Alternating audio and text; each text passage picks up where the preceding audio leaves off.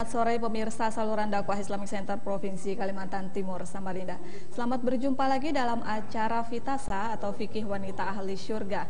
Dan pada kesempatan ini kita bersama dengan Ustazah Yulita Andriani yang nanti akan menyampaikan pemaparan tentang fikih nikah. Sebelumnya kita sapa dulu. Assalamualaikum Ustazah. Waalaikumsalam warahmatullahi wabarakatuh. Baik, bagaimana kabarnya Ustazah? Alhamdulillah. Alhamdulillah. Ya, pemirsa yang dirahmati oleh Allah Subhanahu wa taala, pada pembahasan kali ini kita akan menyampaikan tentang fikih wanita, yaitu kehidupan suami istri adalah persahabatan. Sebelumnya kita mendengarkan pemaparan dari Ustazah Yulita Andriani. Kita simak dulu, inilah video berikut ini.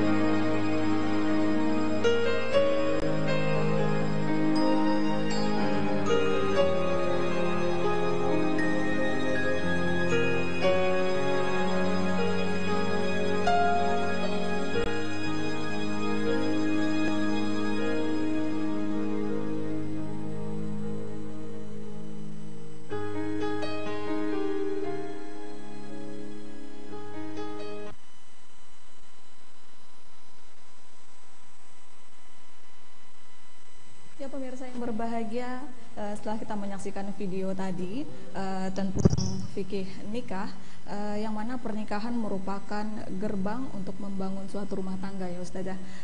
Dengan melakukan akad nikah tentunya maka sesuatu yang sebelumnya haram bisa menjadi halal, bahkan bernilai ibadah yang amalnya tentu sangat besar di sisi Allah Subhanahu wa taala. Nah, untuk lebih lengkap tentang fikih nikah pada hari ini, yaitu dengan tema kehidupan suami istri adalah persahabatan. Kita simak dulu pemaparan dari Ustazah Yulita. Silakan Ustazah. Bismillahirrahmanirrahim. Alhamdulillahirabbil alamin. Wassalatu wassalamu ala asrofil anbiya'i wal mursalin sayyidina Muhammadin wa ala alihi wa ashabihi ajma'in. Amma ba'du. Alhamdulillah, para pemirsa yang berbahagia, kita dapat berjumpa kembali pada sore hari ini di acara Vitasa.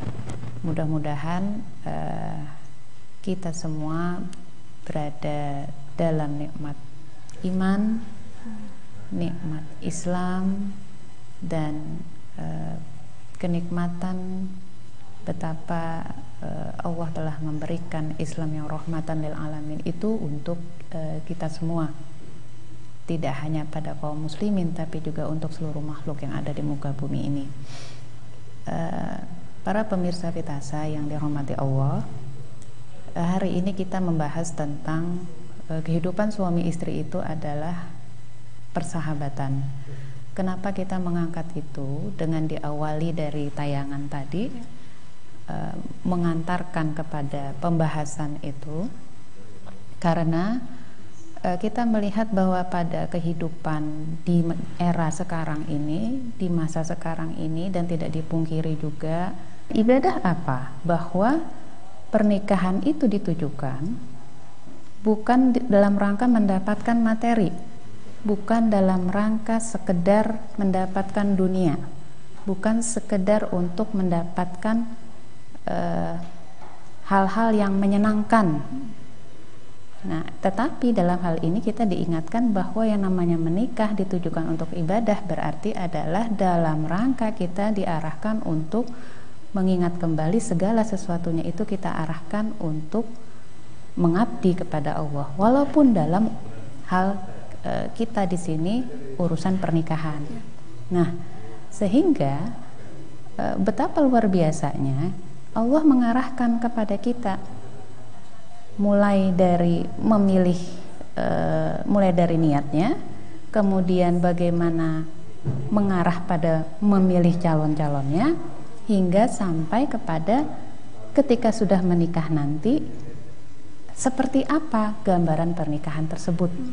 Nah, ketika kita sebelum menikah itu sudah diarahkan sebagaimana di tayangan tadi bahwa kalau datang seorang laki-laki yang beriman, nah, kalau datang seorang laki-laki engkau sukai akhlaknya dalam arti apa? Berarti memang orang tua si wanita ini ridho dengan betapa dia orang yang berperilaku baik sesuai dengan Islam, betapa orang yang datang melamar anak gadisnya ini adalah orang yang ternyata dia rajin sholat 5 waktunya, yang itu dipandang orang ini adalah orang yang tepat untuk anak gadis saya, memang begitu, maka terimalah ketika dia datang melamar. Jadi patokannya apa? Bahwa ketika orang beriman itu datang melamar, terimalah dengan pertimbangan pasti orang yang beriman adalah orang yang tidak akan mengorbankan pernikahannya dan tidak akan lakukan hal-hal, tindakan-tindakan yang akan membuat kerugian bagi istri dan keluarganya. Itu orang yang beriman yang dimaksudkan seperti itu. Maka jika engkau tidak lakukan, yang terjadi nanti akan terjadi fitnah di dunia. Nah, itu yang kita khawatirkan. Fitnah itu yang namanya fitnah seperti apa? Bukan sekedar yang istilahnya itu kita sering dengar di masyarakat itu, dia sudah memfitnah saya karena dia sudah menceritakan yang buruk-buruk tentang saya. Bukan itu maksudnya. Tetapi yang dimaksud fitnah di dunia ini adalah bahwa akan terjadi berbagai keburukan ketika seorang laki-laki yang beriman itu ditolak untuk dijadikan pasangan bagi anak gadisnya. Begitu. Nah, itu maksudnya arahan tayangan tadi. Baik Ustazah, kalau dari segi keburukan berarti si ceweknya ini gitu ya? Dari pihak perempuannya gitu. Kalau misalkan si perempuan ini menolak si laki-laki beriman itu datang untuk melamar si dia gitu. Nah, ini nanti kita berbicara tentang hak seorang gadis dan hak seorang wanita yang sudah pernah menikah atau istilahnya itu adalah janda begitu. Nah, di dalam Islam itu telah diatur bahwa pertama persyaratannya itu kan Rasul telah menyampaikan bahwa kawinilah oleh kalian para wanita yang itu satu pertimbangan dari sisi cantik, dua dari sisi kekayaan, tiga dari sisi kesuburan, keempat dari sisi agama. Nah, maka yang sebenar-benarnya yang menguntungkan itu secara baik dunia maupun akhirat itu adalah yang keempat. Tapi kalau mencakup keempatnya, kenapa tidak gitu kan?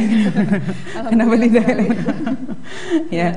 Nah, jadi dari sisi itu Rasul sudah mengarahkan. Berarti itu bukan hanya berlaku sebenarnya untuk si gadis, persyaratan gadis yang mau dipilih buat laki-laki, tetapi buat si gadis juga persyaratan yang mau dia pilih buat si calon suami, kan begitu.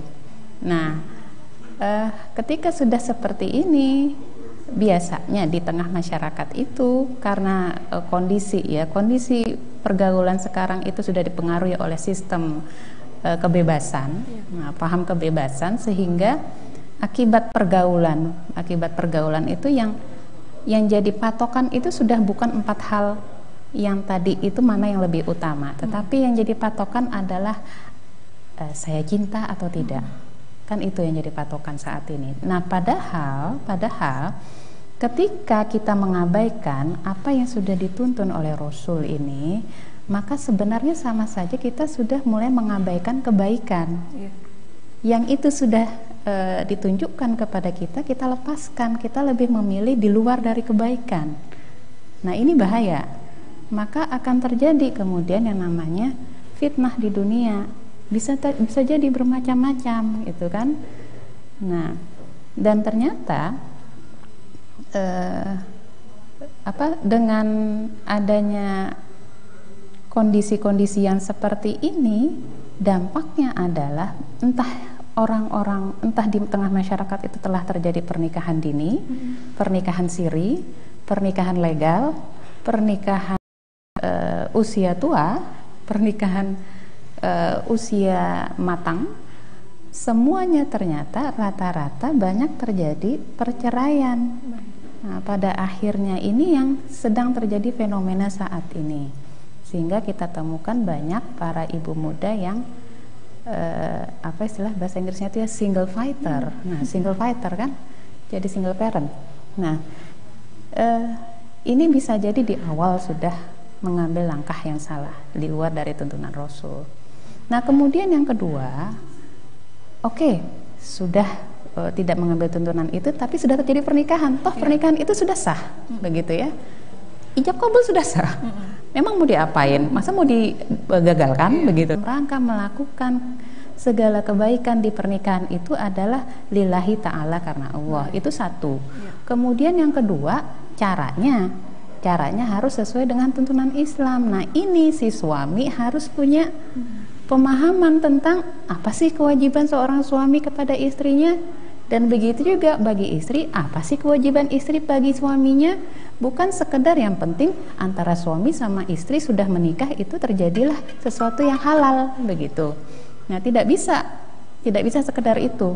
Tapi si suami dia harus paham, dalam hal ini dia harus paham bahwa dalam firman Allah Quran surah Ar-Rum itu, dalam surah Ar-Rum ayat 21, litaskunu ilaiha wa ja'ala bainakum, itu. Jadi untuk dijadikan kecenderungan, ketenangan, ketentraman, taskunu itu ilaiha, padanya, wa ja'ala bainakum, dan dijadikan di antara kalian apa itu? Mawaddah warohmah. Jadi dijadikan kasih dan sayang. Dia harus paham itu. Bagaimana caranya supaya pernikahan itu bukan sekedar kasih dan sayang pada masa bulan madu saja. Nah, itu kan yang terjadi. Jadi bukan sekedar itu, tapi yang harus dilakukan adalah kasih dan sayang itu tidak hanya dibatasi di masa bulan madu. Berlaku kapan? Nah, katanya 3 bulan di awal. 3 bulan di awal. Aduh, singkat sekali. Jadi tidak hanya sebatas itu, tetapi juga dalam hal ini dia upayakan itu terus-menerus selama menjalani pernikahan tadi. Bagi siapa yang memahaminya, yaitu bagi orang-orang yang mau berpikir. Nah, jadi kita kan menikah bukan sekedar rasa, tapi akal kita aja masih berfungsi. Kita bukan robot yang sedang dinikahkan, kan? Tetapi kita adalah manusia, sehingga fahamilah itu. Ketika sudah terjadi pernikahan, maka segeralah untuk lakukan mencari tahu apa saja kewajiban sebagai seorang suami dan apa saja kewajiban sebagai seorang istri, begitu. Nah, kemudian yang berikutnya yang harus difahami lagi oleh suami istri yang sudah menikah ini, bahwa untuk seorang suami dia diperintahkan apa? Nah, di dalam surah, sebelumnya Ustazah, kita stop sebentar, kita mengajak pemirsa di rumah. Oh ya, silakan. Ya, pemirsa yang dirahmati Allah, bagi Anda yang ingin bergabung bisa bersama kami melalui layanan SMS di 082157065701 dengan tema kita pada hari ini, yaitu kehidupan suami istri adalah persahabatan. Dan bagi Anda yang barangkali tidak bisa menonton melalui channel TV, kami saat ini hadir di live streaming. Bisa Anda ketik saluran dakwah Islamic Center Provinsi Kalimantan Timur. Ya, Ustazah, kita lanjutkan untuk surah selanjutnya. Nah, jadi kemudian kalau kita lihat ya, surah An-Nisa ayat 19, A'udzubillahi minasyaitonirrajim, wa'ashiruhunna bil ma'ruf, maka bergaullah dengan mereka bil ma'ruf. Dengan ma'ruf itu berarti bukan sekedar baik, tetapi dalam arti di sini dia betul-betul menyikapinya dengan bijak. Berarti apa? Termasuk sampai ketika istrinya lagi emosi bagaimana menyikapinya. Nah, kemudian fa in karihtumuhunna, maka jika kalian tidak suka, maksudnya para suami jika tidak suka pada mereka, para istri, fa asa an takrahu syai'an, maka bisa jadi kalian tidak suka pada sesuatu, wa yaj'alallahu fihi khairan katsiran, padahal Allah jadikan pada istrimu tadi, padanya yaitu apa? Kebaikan yang banyak. Nah, bisa jadi kalian tidak suka. Nah, ini peringatan buat para suami apa? Pergaulilah mereka dengan cara yang ma'ruf. Bergaul itu bagaimana? Bukan sekedar urusan diranjang, bukan sekedar urusan memberi makan, bukan sekedar urusan nih duit pakai buat beli baju yang bagus, selesai. Bukan sekedar itu ya. Tetapi dalam hal ini adalah bagaimana bisa bergaul dengan mereka, dengan para istri, hingga sampai membuat mereka merasa nyaman, tenang, tentram. Nah, sehingga dalam hal ini ketika ini kan yang sering terjadi di masyarakat, karena kamu sudah menikah denganku maka kamu tidak boleh lagi nurutin orang tuamu. Ini juga pemahaman yang keliru. Nah, ini yang sering. Jadi seharusnya yang mana nih, Ustaz? Nah, ini. Jadi seharusnya ingat bahwa istri itu adalah seorang anak, anak dari kedua orang tuanya. Dia punya kewajiban birrul walidain, berbuat baik kepada kedua orang tuanya, tidak hanya suami. Nah, tetapi kemudian memang Allah memerintahkan untuk istri taat pada suami, tetapi bukan berarti kemudian suami semena-mena melarang istri jangan bertemu sama orang tuamu sampai kapanpun. Itu tidak boleh. Jadi justru seorang suami yang namanya tadi kewajiban dalam surah An-Nisa tadi, bergaullah dengan mereka, sikapi mereka, bahkan bersikap baiklah dengan orang tua, kedua orang tua suami, istri tadi, dan izinkanlah istri untuk bertemu dengan kedua orang tuanya. Itu bagian dari bergaul dengan ma'ruf, dan itu kewajiban buat suami. Itu yang tidak difahami biasanya. Nah, kemudian kewajiban suami itu menjadi hak untuk istri. Jadi istri itu mendapatkan hak untuk merasa nyaman, termasuk bagaimana dia bisa mengunjungi kedua orang tuanya tadi. Nanti jangan sampai saking cintanya sama suami dilarang suami ikut, jangan ketemu sama orang tua terus ngikut aja ya Ustazah ya. Nah, ini yang di sini dari satu sisi yang lain istri juga harus paham. Istri harus paham bahwa andaikan ya, Rasulullah pernah bersabda melalui yang diriwayatkan oleh disampaikan oleh sahabat Abu Hurairah radhiyallahu an, bahwa andaikan manusia itu boleh bersujud kepada selain Allah, maka aku perintahkan istri untuk bersujud kepada suaminya. Artinya apa? Menunjukkan betapa istri itu memang harus taat pada perintah suami. Nah, tetapi satu hal yang harus dibatasi, bahwa ketaatan itu dalam hal apa? Allah sudah mengingatkan ketaatan itu hanyalah kepada Allah dan Rasul. Sehingga kalau di sini suami memerintahkan untuk tidak boleh bertemu dengan orang tua, itu sudah membuat istrinya melanggar kewajibannya sebagai seorang anak. Itu yang harus dia ketahui. Sehingga dalam hal ini tidak ada ketaatan untuk pelanggaran terhadap perintah kewajiban yang diperintahkan Allah. Tetapi dalam hal ini ada lagi yang lain, yaitu bahwa suami berhak untuk melarang keluar rumah. Keluar rumah itu kan perkara yang sifatnya mubah saja, boleh-boleh saja buat istri, dan tidak harus dia keluar rumah. Suami boleh melarang keluar. Nah, ketika suami bilang jangan keluar, tapi jadwalkanlah untuk mengunjungi orang tua itu mungkin di lain waktu, begitu. Jadi kondisi ini yang sering kadang salah paham dan belum apa-apa sudah istri sudah menyambut dengan kicauan. Ya, dengan Biasanya sih kicauan. Nah, ini juga yang perlu dipahami lagi oleh istri, bahwa dia harus ingat ketika suami punya kewajiban, begitu juga istri punya kewajiban.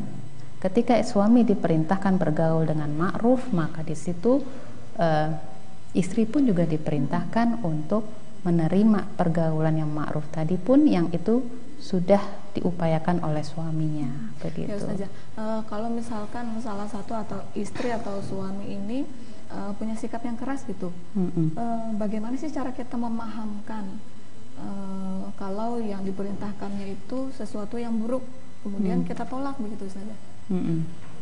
Tunggu waktunya. Jadi itu kan kita istilahnya gini, namanya suami istri itu pasti sudah paham lah karakter masing-masing, ya kita sendiri yang tahu salahnya. Jadi ketika kita sudah menikah, biasanya sih yang namanya masih dalam hitungan jari bulan itu apa sih? Bulan madu gitu ya. Itu dianggap masih belum kenal. Iya. Tapi kalau sudah lewat 10 tahun, dia itu baru dianggap sudah kenal. Walaupun masa ta'arufnya cukup lumayan lama gitu, jadi ketika sudah menjalani pernikahan baru muncul saja. Ketika ta'aruf ya bolehlah dikatakan yang baik-baiknya nih diperkenalkan. Setelah kita menjalani rumah tangga baru ketahuan si dia ini seperti apa gitu. Ya, karena kan cara ta'aruf yang di zaman sekarang itu tidak sesuai dengan yang dituntun di dalam Islam. Sedangkan dalam Islam itu menuntun ketika seorang mau menikah itu, dia bukan dengan cara saya nih mau mau kenal lebih jauh dengan dia, maka saya datang tiap malam minggu. Itu tidak dibenarkan dalam Islam, apalagi sampai berkholwat, itu sudah mendekati zina, jelas wala taqrabu zina. Nah, tetapi kemudian dalam Islam itu diperintahkan, jika ketika akan menikah itu diperintahkan pilihlah ada perantara. Ada perantara, istilahnya comblang. Itu buat yang merasa malu untuk menyampaikan tentang dirinya. Nah, itu disampaikan. Kemudian si mak comblang ini memang harus orang yang terpercaya, yang dianggap memang sangat tahu apa sisi baik, apa sisi buruk. Nah, kemudian ketika sudah menikah, ternyata baru kelihatan ada hal-hal lain di luar itu. Nah, hal-hal lain di luar itu yang kemudian sebenarnya kita sudah punya sangu sudah sebelumnya. Ingat bahwa pernikahan itu adalah ibadah, sehingga ketika kita temukan, waduh, kamu ketika sudah menikah ternyata begini dan begitu, gitu ya. Maka kita harus ingat bahwa kita itu menikah untuk ibadah. Maka ketika kita menemukan hal-hal yang memang itu di luar dari apa yang kita ketahui, maka itu kenalilah dan lihatlah, perhatikanlah. Ketika ada sisi buruk, sampaikanlah dengan cara yang ma'ruf. Karena di antara kewajiban bergaul yang ma'ruf tadi itu adalah berdiskusi dengan antara suami istri, karena suami istri bukan antara bos dan karyawan. Iya. Bukan juga antara komandan sama pasukan bawah. Jadi tidak seperti itu caranya kan, sehingga ketika sudah sampai sedemikian dia bisa berkomunikasi, dan pihak suami pun juga sudah paham kewajibannya itu adalah bergaul dengan cara yang ma'ruf. Yang ma'ruf ini sampai sedemikian hingga maka dia tidak akan dia akan menahan dirinya ketika dia tidak suka, dia akan menahan dirinya untuk bermuka masam sampai seperti itu. Itu namanya bergaul yang ma'ruf. Jadi walaupun tidak suka, dia tahan dirinya untuk tidak bermuka masam. Nah, biasanya kadang dengan cara diem doang, itu udah masam itu. Udah masam itu ya. Tetapi dalam hal ini pihak istri langsung tahu kan, dengan kode seperti itu ada sesuatu, ada masalah, maka disikapi kan, dibicarakan. Jadi ketika keduanya sudah sama-sama memahami sesuai dengan tuntunan Islam, insya Allah kemudian pernikahan itu bisa membawa kepada mawaddah dan rahmah gitu. Nah, ini yang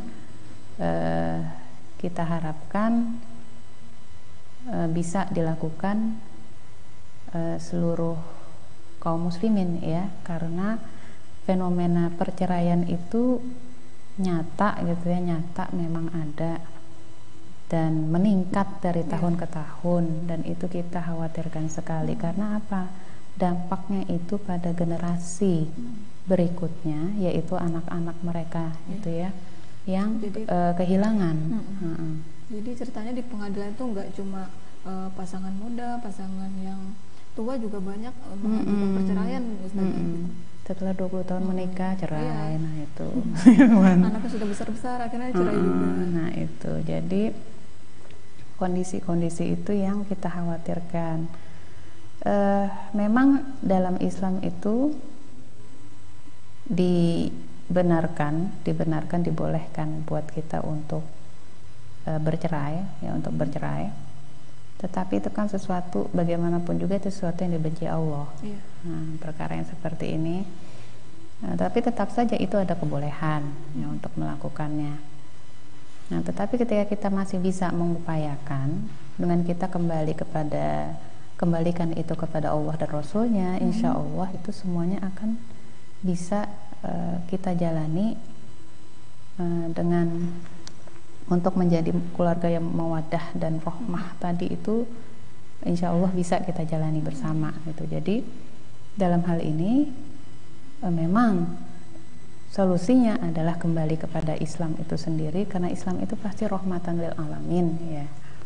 Dan ketika kita sudah mencoba kembali ke sana, jangan sekedar mau kembali tetapi tidak mau menerapkan. Nah, itu juga susah ya, itu juga susah. Berarti sama saja dia menerima tapi sebenarnya dalam hati itu menolak. Nah, itu hati-hati. Karena bisa dianggap kita mengolok-olok ya. Nah, yang sudah terjadi pada kebanyakan mereka yang bercerai ini belum menjadikan kehidupan suami istri itu sebagai persahabatan. Jadi baru sebatas ya dulunya suka, habis suka apa? Cinta ya. Kemudian sesudah itu tidak diupayakan dan tidak dirawat bagaimana supaya itu berada dalam bingkai rahmatnya Allah itu seperti apa. Nah, kebanyakan sudah tersibukkan dengan urusan materi. Bagaimana supaya apa yang ada dalam rumah itu, perabotan mungkin bisa terpenuhi, bagaimana supaya anak-anak bisa sekolah yang berkualitas, dan bagaimana supaya makanan itu selalu ada, kan begitu. Nah, padahal dari sisi mereka suami istri itu masih sangat butuh. Saya tidak mengatakan butuh saja, tapi sangat butuh pada belajar kembali, mengkaji kembali sakofah Islam itu sendiri.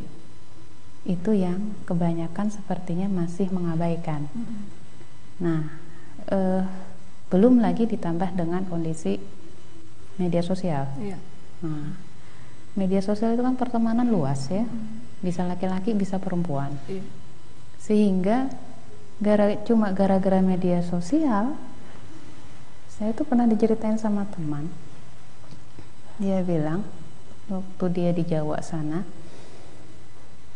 orang-orang sekampung di desanya itu mengarak seorang anak malam-malam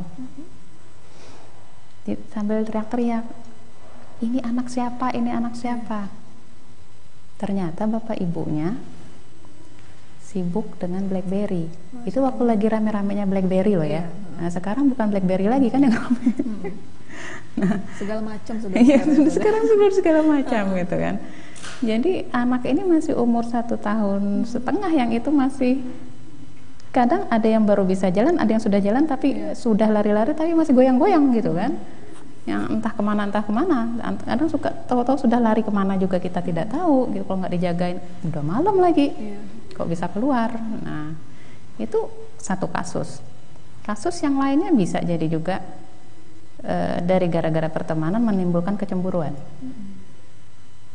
Jadi saking seringnya yang dijawab tadinya cuma berhahehe, hahahehe, sekalinya lama-kelamaan ketika tidak keluar nama orang itu, lama-lama kok merasa kehilangan, padahal itu lawan jenis. Nah, itu kondisi yang menimbulkan kecemburuan. Akhirnya kok yang dicari, kok yang diajakin ngobrol dia terus. Nah, ini kan udah kondisi-kondisi pergaulan yang sudah salah, yang menimbulkan terjadinya komunikasi antara suami istri tidak harmonis. Yang harmonis adalah komunikasi ke media sosial. Nah, ini kondisi-kondisi sekarang ini memang tembok-tembok dunia maya ini, walaupun memang ini sudah perkembangan zaman sekarang yang harus kita hadapi, tapi sepertinya masih banyak yang itu kebablasan. Mereka bersyukur kali ada yang punya istri nggak bisa Facebookan ya. Ada yang itu sama sekali melarang istrinya Facebookan dan WA-an. Ada yang seperti itu memang saya pernah dengar. Jadi saking dia merasa khawatir kondisi-kondisi di luar itu yang bisa membuat istrinya itu lupa. Jadi dia laranglah istrinya untuk bisa Facebookan. Kalaupun punya yang seperti itu, dia kasih yang tidak bisa untuk melakukan media sosial. Jadi Masya Allah, penjagaannya luar biasa kepada istrinya. Nah, tetapi mungkin itu bentuk kasih sayang dia juga ya. Nah, kita berbaik sangka saja, intinya bahwa ketika kita sudah yang perlu diingat itu ketika kita di awal sebelum menikah itu sudah tidak memiliki bekal, ketika sudah menikah masih juga tidak mencari bekal, nah, bekal untuk sakofah mengenai kehidupan kita yang di akhirat kelak, padahal kan Allah janjikan itu sudah separuh agama itu ketika kita menikah itu, separuh agama sudah kita penuhi, tinggal separuh lagi gitu kan. Tapi ternyata masih juga nggak dicari. Apa ini karena mentang-mentang sudah separuh gitu ya, kemudian nggak dicari lagi. Nah, ini ketika sebelum tidak dicari, sesudah menikah juga tidak dicari, maka yang terjadi adalah kondisinya bisa jadi yang seperti fenomena sekarang ini. Jadi banyak kondisi-kondisi di mana kaum muslimin sudah tidak ada bedanya dengan kalangan orang-orang barat. Nah, ini yang kita minta termasuk kepada pemirsa juga untuk jaga dirilah ya, diri dan keluarga dari siksaan api neraka. Itu kan qu anfusakum itu terkenal sekali ayat itu. Jadi bukan sekedar lafaz, tapi memang jagalah betul-betul, jagalah betul-betul. Kalau dulu mungkin prosesnya sudah oke, belum sesuai tuntunan, tapi toh sudah terjadi, sudah sah ijab kabul itu, maka sesudah menikah lakukan sesuai tuntunan. Bagaimana itu caranya? Kemudian mudah-mudahan Allah akan mengarahkan kita, membukakan pintu-pintu barokah tadi buat kita dan keluarga, kan begitu.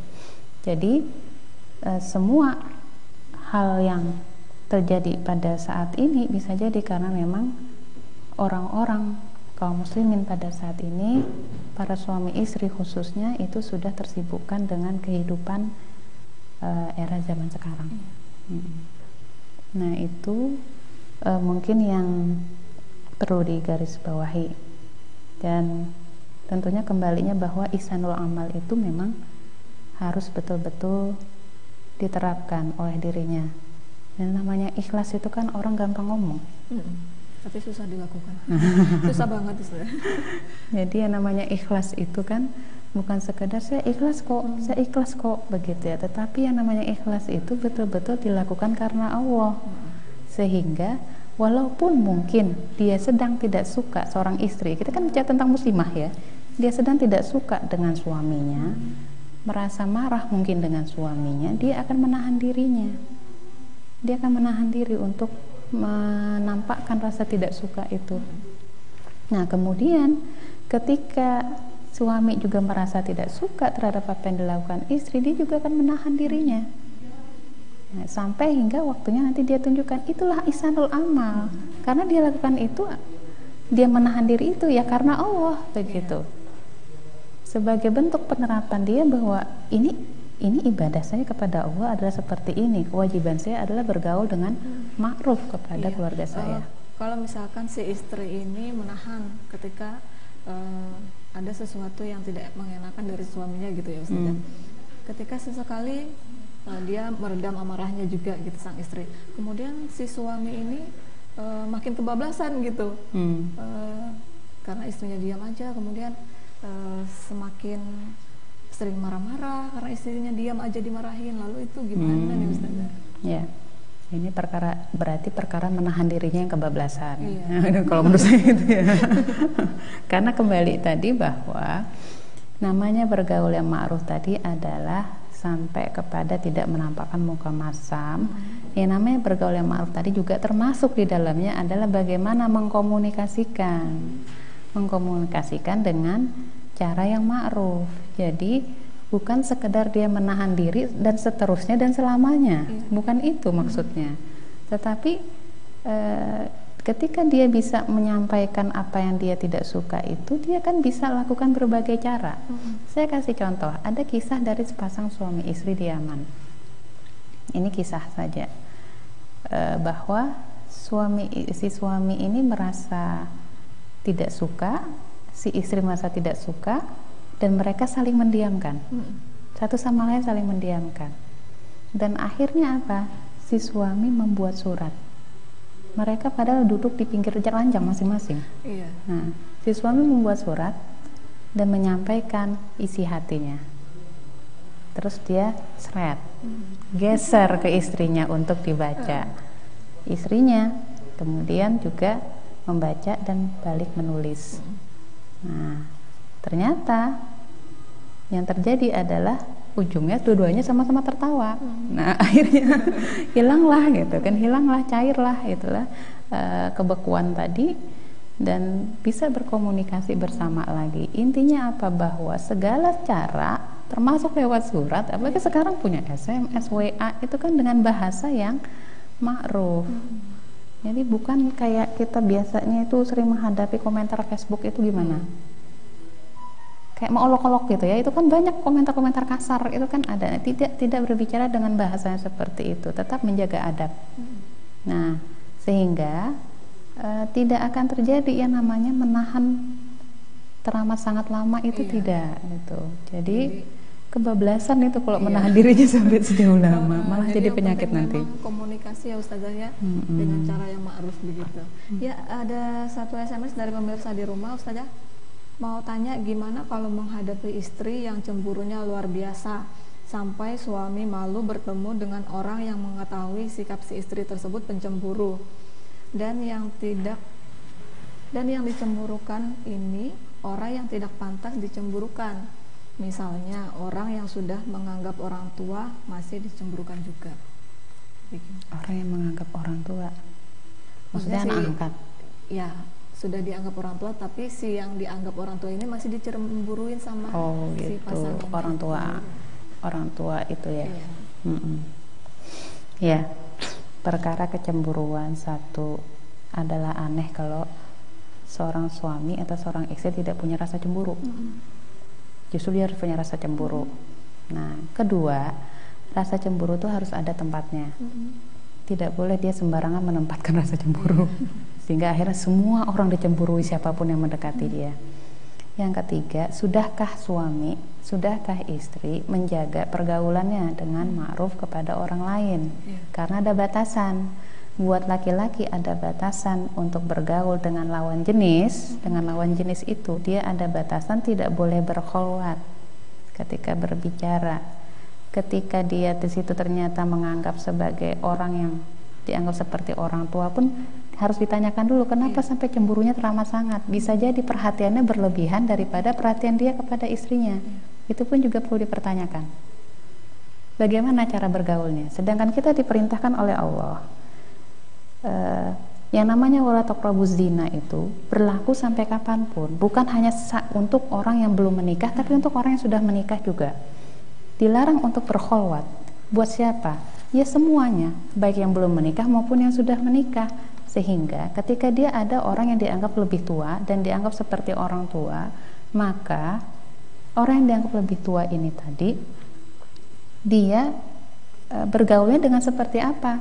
Jangan sampai dia ternyata justru sering berduaan dengan orang yang dianggap lebih tua tadi, atau yang dianggap sebagai orang tuanya sendiri. Karena tetap saja hubungan itu bukan hubungan mahram. Iya. Nah, kemudian dia melakukan komunikasi dengan bahasa yang bagaimana? Jangan-jangan bahasanya lebih lembut kepada orang lebih tua tadi daripada kepada istrinya. Itu pun juga harus jadi bahan evaluasi.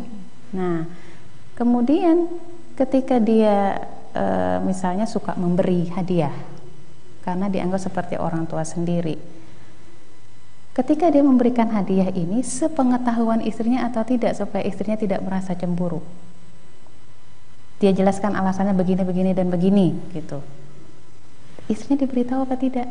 Karena istri bisa jadi merasa dicurangi di belakang, atau jangan-jangan ada apa di balik pintu. Nah, itu kan itu bisa memunculkan suuzon yang berlebihan pada istrinya. Nah, sehingga ketika dia sudah mengevaluasi bagaimana cara dia bergaul, bagaimana cara dia bersikap kepada orang lain tadi, maka baru kemudian dia bisa melihat menyampaikan kepada istrinya. Kalau memang dia tidak melakukan semua yang tadi itu, maka alhamdulillah sampaikanlah kepada istrinya, insya Allah istrinya tidak akan cemburu. Tapi kalau dia masih melakukan satu di antara beberapa hal tadi yang saya sampaikan, entah kholwat, bahasanya lebih lembut, atau dia keseringan memberi hadiah kepada orang tua tadi, maka wajar istrinya memang cemburu. Bukan berlebihan lagi, tapi memang sudah pada tempatnya gitu. Baik Ustazah, karena kita sudah di penghujung waktu, kita kasih kesimpulan dan tutup dengan doa. Silakan Ustazah. Oh ya, jadi kita bahas ini bahwa kehidupan suami istri itu persahabatan. Ingat, namanya pernikahan ini tidaklah bisa disamakan seperti matematika, 1 tambah 1 sama dengan 2. Artinya pernikahan itu bukan sesuatu yang bisa kita buat seperti rumus dan hasilnya itu kemudian menjadi pasti, tidak. Kemudian yang kedua, ingat, kembalikan itu kepada niat dan cara yang benar. Dan cara yang benar itu bagaimana? Kajilah kembali apa yang menjadi kewajiban Anda sebagai seorang laki-laki, sebagai seorang suami, dan apa yang menjadi kewajiban Anda sebagai seorang wanita muslimah dan sebagai seorang istri atau ibu. Kemudian lakukanlah sesuai dengan apa yang dituntun di dalam Islam.